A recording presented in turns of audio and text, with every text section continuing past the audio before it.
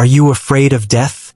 It sounds like a simple question, but most of us go silent when we really think about it. Why are you afraid? Is it because death is painful? Because it's the end? Or maybe deep down, you're afraid because you have no idea what happens next? You can prepare for almost everything in life: school, career, marriage, children. But no one ever teaches you how to prepare for death. We avoid it. We joke about it.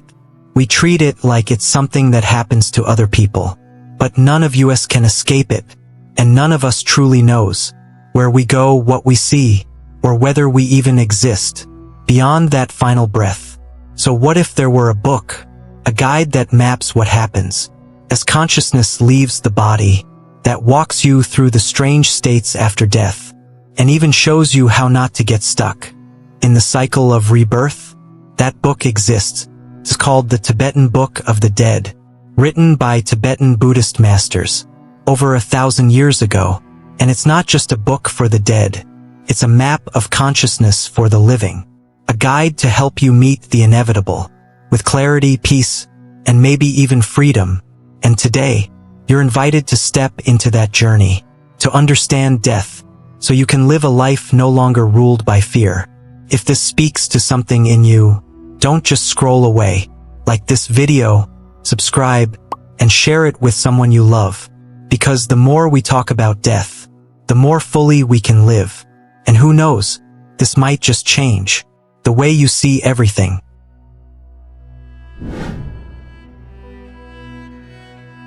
In Tibetan Buddhism, Bardo refers to a transitional state, not quite here, not quite there.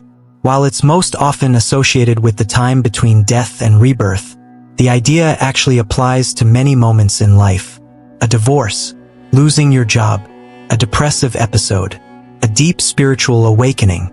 These are all mini Bardas, moments when one chapter ends, and the next hasn't quite begun. You're in between identities, roles, or ways of seeing the world. And that in-between space, that's where transformation happens, for better or worse. After physical death, Buddhist teachings describe 3 main Bardo stages. They map out the journey of consciousness as it detaches from the body and moves toward its next destination. But these aren't just mystical theories. When we look closely, they echo real human experiences and even intersect with modern science and psychology. Chikai Bardo, the clear light. This is the moment consciousness separates from the body. In Tibetan teachings, this is not just the end of physical life. It's the unveiling of our truest nature. The Bardo Thodol describes the experience as encountering the clear light, the raw, luminous awareness that underlies all things. It's not a light you see with eyes. It's a light you become, boundless, formless, untouched by ego. For those trained in recognizing it, this is the ultimate opportunity, liberation in a single instant. But here's the twist. Most of us won't recognize it. The light is so pure, so vast, that it feels unfamiliar. And because the ego clings to what it knows, it often recoils in fear or confusion, retreating instead into the projections of the next Bardo. That's where near-death experiences get interesting.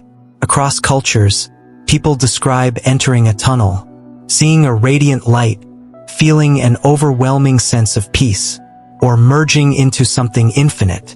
From a neuroscientific angle, it's often dismissed as brain activity fading out.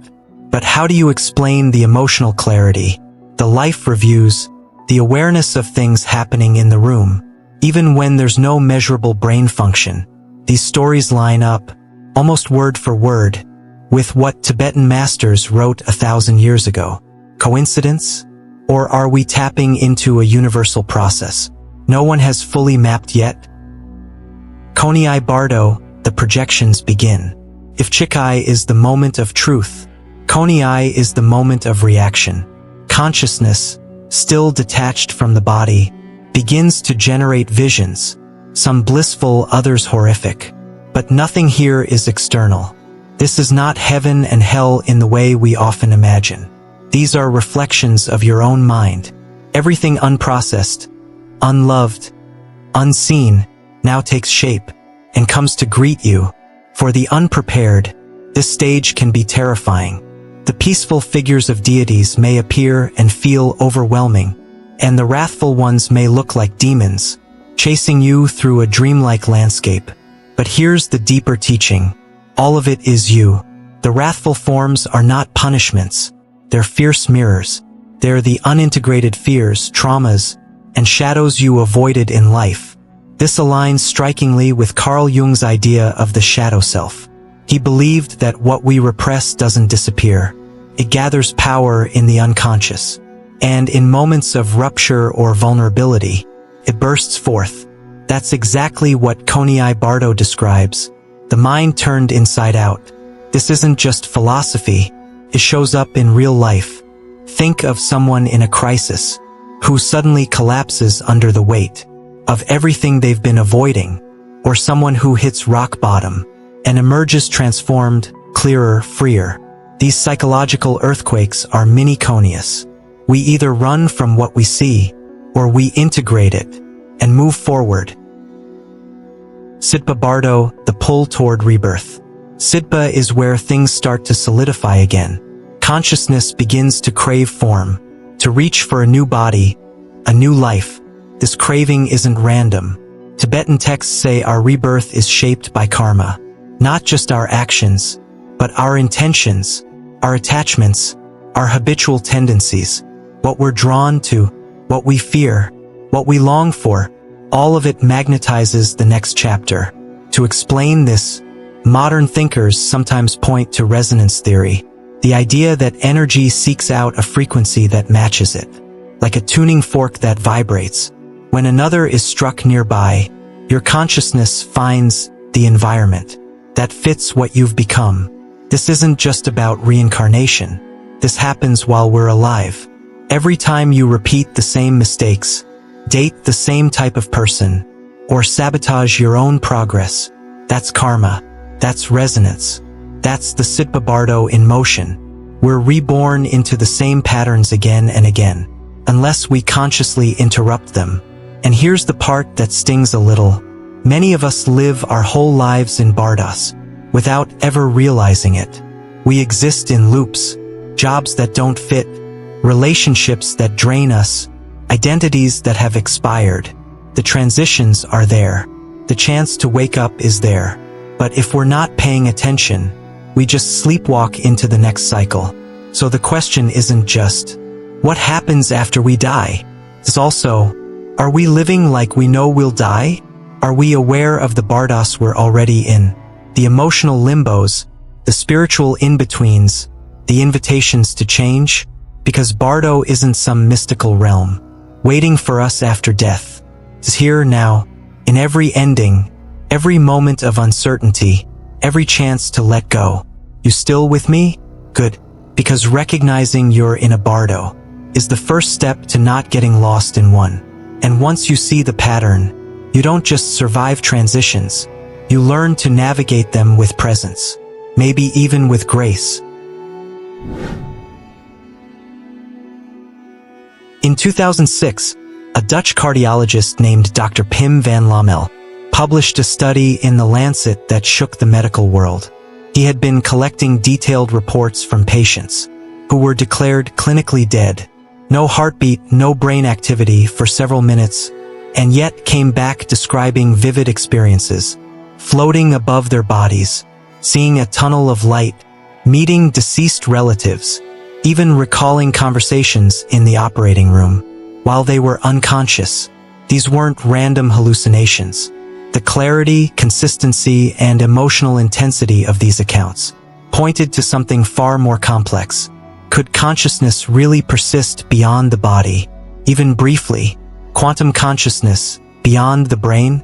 This is where modern science begins to brush up against ancient teachings, like the Tibetan concept of Bardo, while traditional science frames consciousness as a product of brain activity like software running on hardware. Some researchers are starting to explore far more radical models. Physicist Sir Roger Penrose and anesthesiologist Stuart Hameroff proposed a controversial theory called orchestrated objective reduction, or Orch-OR. According to their hypothesis, consciousness originates not at the level of neurons or synapses, but in microtubules, tiny structural components inside brain cells. These microtubules, they argue, can host quantum-level processes, where particles exist in multiple states at once, a phenomenon known as superposition. In the Orch-OR model, consciousness isn't generated by the brain, but instead exists as a kind of quantum information that interacts with the brain. When the body dies, the structure that hosts this quantum state may collapse, but the information itself could persist. In other words, if consciousness is quantum, it may not be destroyed by death. It may simply exit the body. This mirrors what the Tibetan Book of the Dead suggests, that at the moment of death, consciousness separates from the body and enters a different state. Could Bardo then be a kind of quantum field experience? Of course, this theory is still deeply debated, but it opens the door for science to explore questions previously left to religion or philosophy. Near-death experiences, dream or doorway. Roughly 10 to 20% of people who come close to death report having near-death experiences, NDEs. And remarkably, the accounts are often strikingly similar. The tunnel, the light, the feeling of peace, life reviews, and the presence of other beings. These details align closely with the Tibetan description of the Chikai and Konyi Bardos, encountering a bright light, facing inner projections, and undergoing profound reflection. Skeptics argue that NDEs are simply biological events, a result of oxygen deprivation, chemical surges, or brain shutdown. They cite experiments showing that stimulating the temporal lobe can trigger similar visions or out-of-body sensations. Yet what these explanations often fail to address is the coherence and transformative impact of these experiences. Many people return from an NDE with lasting personality changes, reduced fear of death, or sudden spiritual insight. Even more puzzling are cases where people report verifiable details about events that occurred while they were clinically brain-dead, information they could not have known. Through normal sensory perception, these moments blur the line between hallucination and heightened consciousness. Is it possible the brain isn't the source of consciousness, but a filter? That death or a brush with it temporarily lifts that filter? Multiverse theory and the Akashic field. Let's go even further.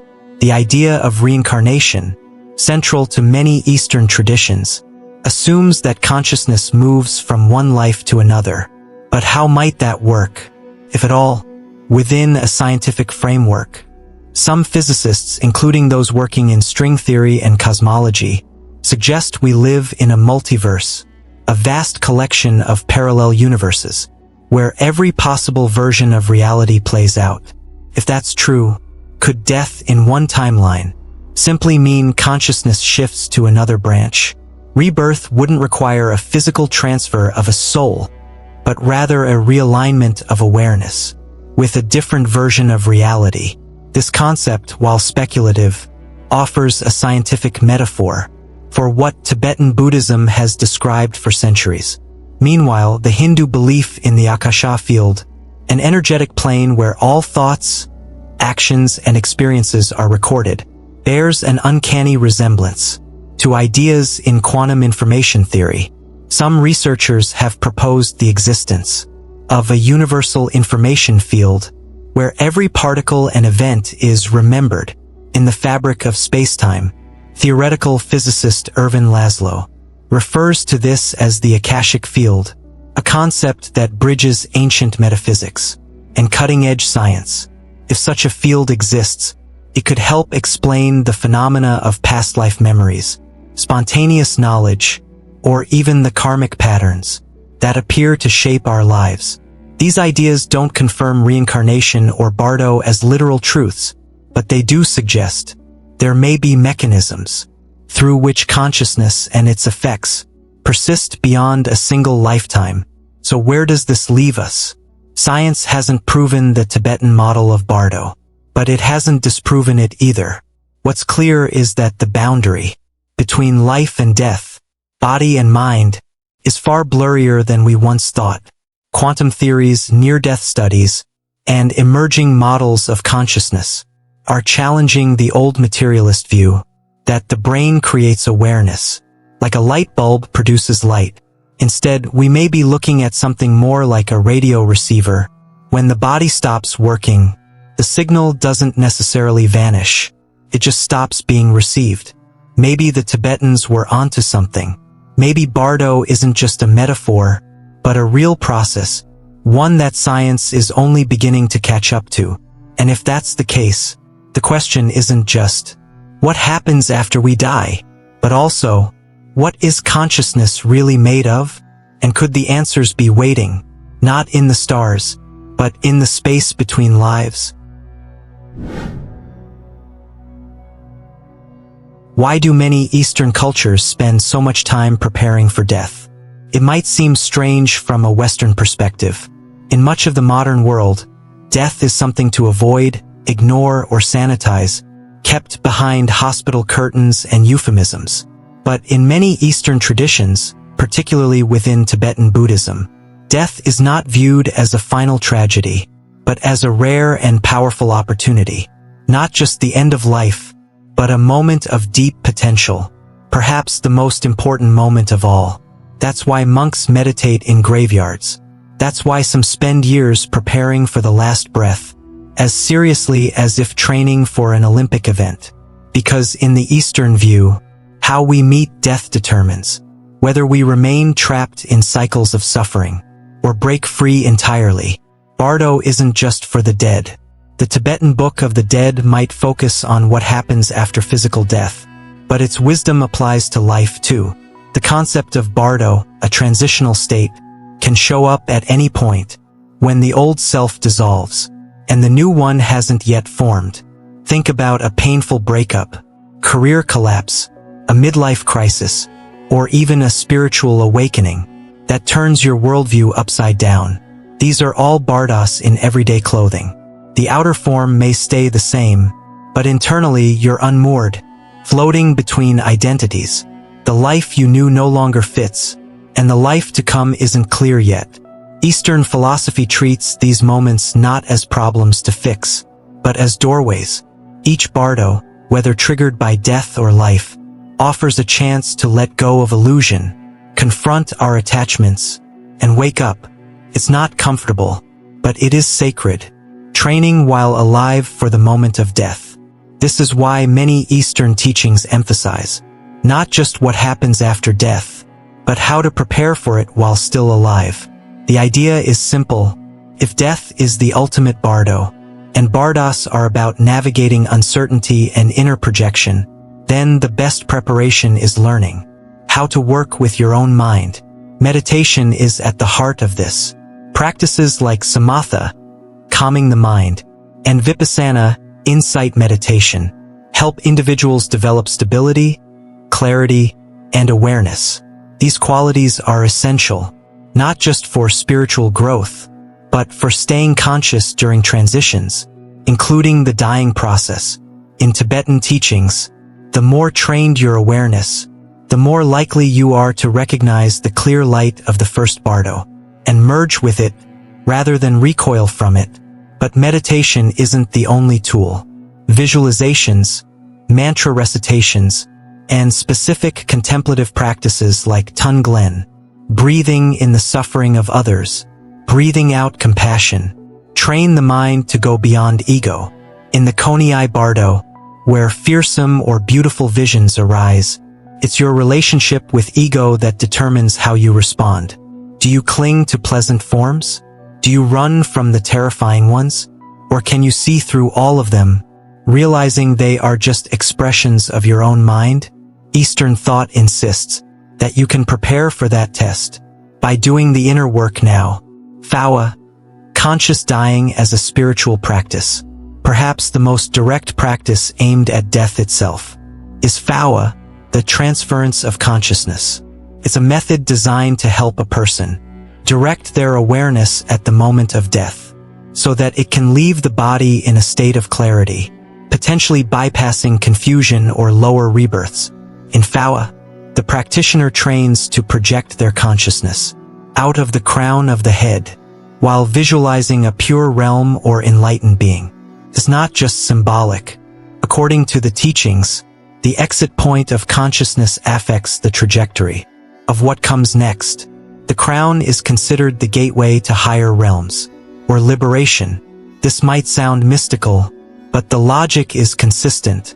If death is a moment where deep mental patterns arise, then having a strong, practiced intention can shape how you move through it. Phawa is a disciplined rehearsal for that. Why this mindset matters even if you don't believe in rebirth. Even if you're not sure what happens after death, or don't believe anything does, the Eastern approach still offers something valuable. It reframes death as a process, not an end. It encourages us to meet change with awareness, to make peace with impermanence, and to stop turning away from the inevitable. It also gives meaning to crisis. If a midlife collapse or a grief-ridden loss can be seen as a bardo, then you're not broken. You're passing through a threshold. The chaos, the confusion, the disorientation, they're not signs of failure, but signs that something deeper is shifting. And with the right inner tools, that shift can lead to insight, compassion, even liberation. So maybe the reason Eastern cultures approach death so differently is because they see something in it that we often miss. Not an ending, but a mirror. Not something to fear, but a rare moment to see clearly, perhaps for the first time, what we truly are. In the high plateaus of Tibet, where the air is thin and the sky feels just a little closer, death is not seen as an emergency. It's a passage, and the dying are not left alone to stumble through it. One of the most remarkable Tibetan traditions is the reading of the Bardo Thodol, commonly known in the West as the Tibetan Book of the Dead, to those who are close to death. A lama or spiritual guide sits beside the dying person, calmly reading aloud detailed descriptions of what the soul will encounter after the last breath. This isn't done for ritual's sake. It's a practical guide, a spiritual map, for the most mysterious journey a person will ever take. Think of it like a voice on a GPS, gently narrating turns and intersections, reminding the traveler not to panic, not to cling, not to get lost in fear or illusion. It's a deeply human act of care, grounded in centuries of practice, born from a belief that death, if approached consciously, can be an opening to freedom. Dying together, the presence that matters. In this Tibetan tradition, the dying person is never truly alone. The Lama reads aloud the text, not just during the moment of death, but for days afterward, as it's believed consciousness lingers and continues its journey through the Bardos. The presence of a spiritual guide serves as a thread, helping the consciousness stay tethered to awareness, as it faces visions, dissolutions, and choices that determine what comes next. This is similar in spirit to the Vietnamese Buddhist practice of Ho Nim, reciting prayers beside someone who is dying, to support their mind and spirit. It also echoes Catholic rituals, where last rites are administered, or loved ones gather to pray in the final hours. Across cultures, when people truly show up for the dying, not just physically but spiritually, something shifts. Fear recedes, connection deepens, death becomes less of a cliff and more of a bridge, not about prolonging life but freeing the mind. One of the key misunderstandings about these practices is that they aim to delay death or cling to hope. That's not the point. Tibetan death practices, including Phawa, the transfer of consciousness, and the reading of the Bardo Thodol, are not about medical intervention. They're about helping the person let go. Much of the guidance focuses on helping the dying recognize and release attachment to the body, to identity, to fear itself. The ultimate goal is to help the person recognize the clear light, the pure, luminous awareness, that arises in the first Bardo. If they can do that, they may achieve liberation right then and there. This approach assumes that dying is not just a physical event, but a deeply psychological and spiritual one. The mind is active, emotions are intense, visions arise, and without guidance, the person may panic, cling, or become trapped in confusion. Spiritual support isn't about fixing the situation. It's about navigating it with clarity. A stark contrast, death in the modern West. Now compare that to how death is typically handled in modern Western settings. For many, death occurs in a hospital, surrounded not by lamas or loved ones calmly offering guidance, but by beeping machines, medical staff rushing in and out, and heavy doses of sedation. Pain is managed, but consciousness is often dimmed. Emotions are kept at bay by medication, by fear, or simply by cultural discomfort around death. In this environment, the focus is on prolonging biological life at all costs, even when quality of life has disappeared. Dying people may be physically alive, but spiritually adrift. Conversations about what's happening, or what could be happening, are often avoided. There's no guidebook read aloud, no shared understanding of what death is for, no language for what comes next. That absence has consequences. Without spiritual orientation, the mind may slip into unconscious patterns. In Tibetan thought, this increases the chance of being swept away by karma, reacting blindly to projections and emotional surges in the Bardo, rather than recognizing them for what they are. In simple terms, if we die without awareness, we're more likely to be tossed around by fear, desire, and confusion. But if we die with awareness, there's a chance to choose, reclaiming death as a conscious process. This doesn't mean the West has nothing to offer. The rise of hospice and palliative care, death doulas, and movements around conscious dying are signs of a cultural shift. More people are beginning to see that death isn't just a medical event, but a human one, a moment that deserves presence, honesty, and even reverence. But there's still a gap. Too often, death is seen as failure. The conversation stops at logistics and legality. Spiritual or existential preparation is treated as optional, or worse, irrelevant. Tibetan traditions remind us that it's not. That preparing for death is part of preparing for life. That the moment of dying can be, quite literally, the most important moment we'll ever face. The heart of it, what makes the Tibetan approach so powerful, isn't just the rituals, it's the mindset behind them, a belief that death is not the enemy, that it's a process we can meet with clarity, compassion, and even grace, that we don't have to die afraid, confused, or alone. And maybe most importantly, that death isn't something that happens to us. It's something we can participate in, prepare for, practice, and in doing so, transform. Reincarnation has long been dismissed by many as superstition, a relic of ancient belief systems that science would eventually explain away. But the line between myth and data isn't always as clear as it seems. For decades, researchers at the University of Virginia, most notably psychiatrist Ian Stevenson and his successor Jim Tucker, have documented thousands of cases where young children, often between the ages of 2 and 6, claim to remember previous lives. These aren't vague dreams or fantasies. Some children provide names, locations, details of family members, even causes of death, from lives they couldn't have possibly known about. One of the most well-known examples is a boy from the US who, at just 2 years old, began having nightmares of crashing in an airplane. Over time, he recalled increasingly specific information: the name of the aircraft carrier he served on, the type of plane he flew, names of fellow pilots, even details about a mechanical failure. His memories matched those of a real World War II pilot, James Houston Jr., who died in combat decades before the boy was born. The family, initially skeptical, was stunned by how much their son seemed to know, facts they later verified through military records. These cases raise uncomfortable questions. Are they just coincidences? Could they be the result of suggestion, false memory, or hidden information picked up subconsciously? Critics argue these possibilities, and certainly some stories fall apart under scrutiny, but others remain deeply puzzling.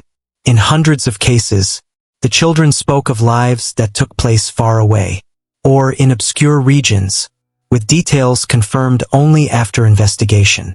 These aren't stories children overheard or picked up on TV, and most of them fade by the age of 6 or 7, just as the child's identity solidifies in their current life.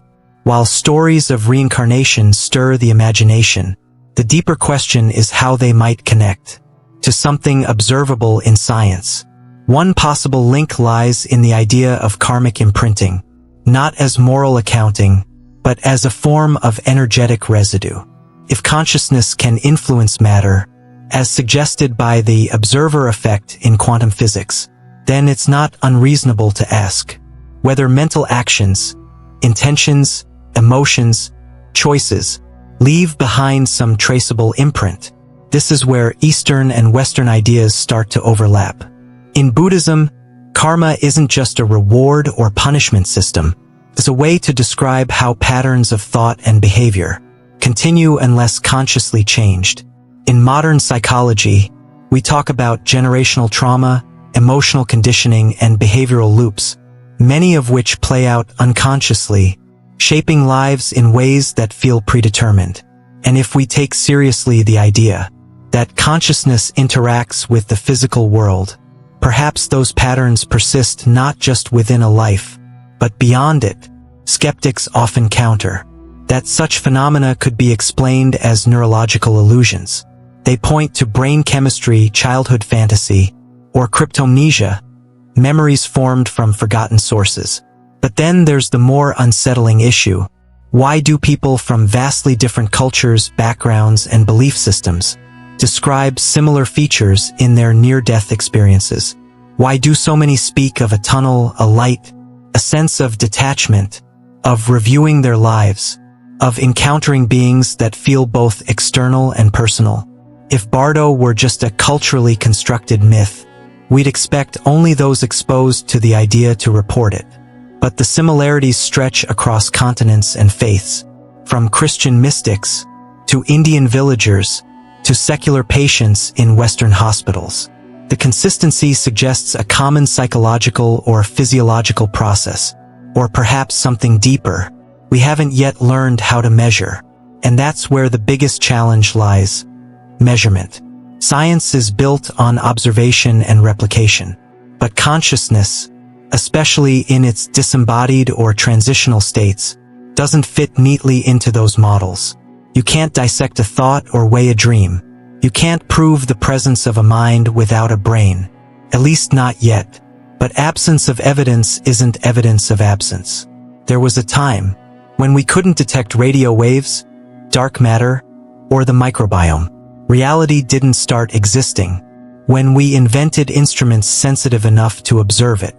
In this sense, the Bardo teachings don't claim to override science. They offer a framework for inner experience that might one day find its analog in outer observation. Whether it's through advances in quantum neuroscience, studies of consciousness, or deeper psychological models, we may come to understand that what Tibetan Buddhism calls mindstream is not incompatible with modern theory. It's just using different language to describe the same mystery. Reincarnation, then, isn't just a matter of belief or disbelief. It's a lens, a way of asking how identity forms, how memory persists, and whether what we call a self is as fixed and singular as we think. In a world where science is slowly moving toward recognizing the non-local nature of consciousness, perhaps it's time to reconsider ancient ideas, not as superstition, but as early hypotheses, ones that still hold clues to questions we're only beginning to ask. Imagine living as if today were your last. Not in a frantic, reckless way, but with full presence. What would shift? Would you listen more carefully, love more bravely, speak more honestly? In Tibetan Buddhism, this isn't a morbid thought exercise. It's a daily practice. Recalling the truth of impermanence is a form of mindfulness that sharpens how we live. It's called meditation on death, and it's not meant to scare us. It's meant to wake us up.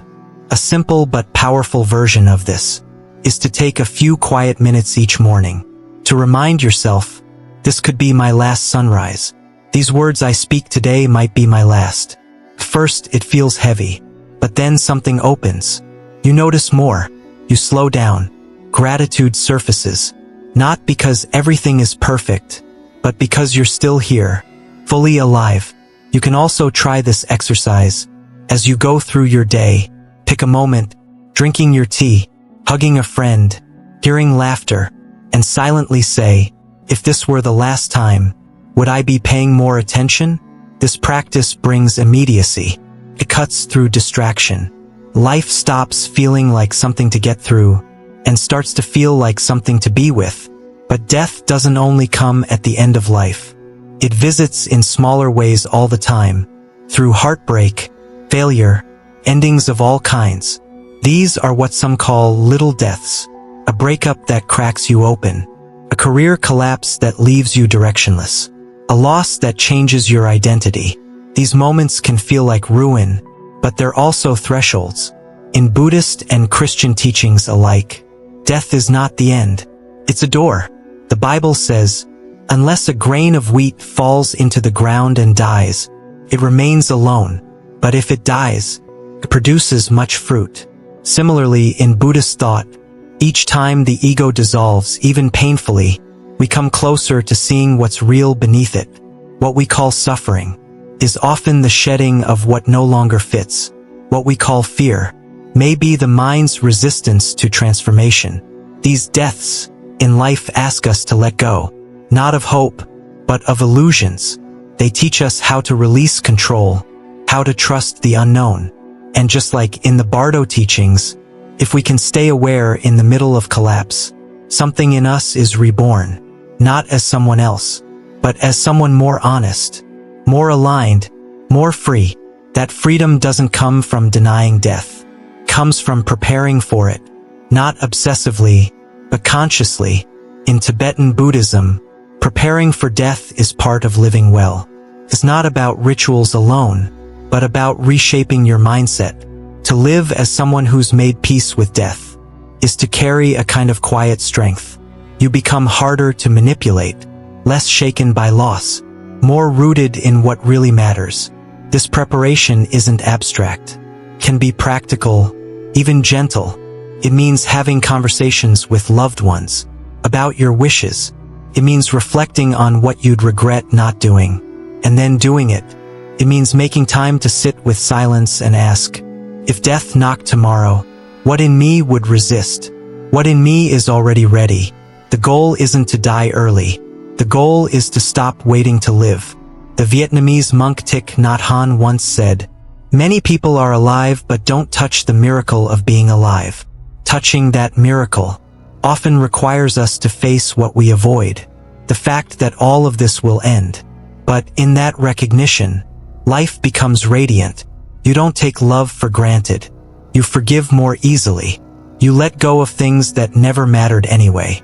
And when the real moment of death comes, as it will for all of us, you're not scrambling. You've practiced. You know how to breathe through fear, how to meet change with grace, how to recognize the light when it appears. That's not just a peaceful death. That's a powerful one. Living as someone who understands death isn't about sadness or retreat. It's about presence. It's about saying yes to life while you still have the chance. Not someday, but now. In the final months of her life, a woman in California, diagnosed with terminal cancer, began to experience something unexpected. Rather than fall into despair, she grew lighter. She wasn't in denial. She knew her time was limited, but instead of fear, she felt a strange clarity. She started meditating, reading spiritual texts, including the Tibetan Book of the Dead. Her family noticed the change. She laughed more, forgave faster, let go of long-held grudges. She even planned her own farewell ceremony, with calm, even joy. Then, almost as strangely as it began, her health stabilized. She didn't just get more time, she got her life back. Not in years, but in depth. She said later, "It wasn't the fear of death that changed me. It was the understanding of it." Stories like this aren't miracles in the magical sense. They're transformations, and they show us what happens when we stop seeing death as a failure or punishment, and start seeing it as a threshold, something to be understood, prepared for, and maybe even embraced. Bardo Thodol, often labeled as a religious scripture, is more than that. It's a map, a psychological and spiritual roadmap, rich with layers that modern neuroscience, quantum theory, and consciousness studies are only beginning to glimpse. The parallels between ancient Tibetan descriptions and contemporary near-death experiences are too consistent to ignore. The light, the tunnel, the life review, the emotional clarity, is all there, centuries before we had EKGs or brain scans. That convergence is asking us to reconsider what death really is, and more importantly, what it could be. What if death isn't the end, but the most critical moment of awakening? What if the point of studying death isn't to escape it, but to live better because of it? We spend our lives preparing for careers, relationships, success, but barely pause to prepare for the one thing guaranteed to come. In the Tibetan view, death is not a punishment, it's the final exam, and every crisis, every loss, every Bardo moment we live through is a practice test. So here's the real question. If death is the last chance at liberation, why not live each day like a rehearsal for it? Not in gloom, but with full attention, with kindness, with courage, with the kind of love we'd want to take with us. And maybe now, after reading this, death feels a little less like a cliff, and more like a door. Maybe it's no longer the monster in the dark, but the truth that gives everything light. So, what are you thinking about death right now? Is it still terrifying? Or do you see it differently? If this content shifted something in you, if it helped you see life and death with new eyes, go ahead and hit like, subscribe, and share it with someone you care about. Let's not just talk about death. Let's live in a way that makes peace with it. Because once you understand death, you finally understand how to live.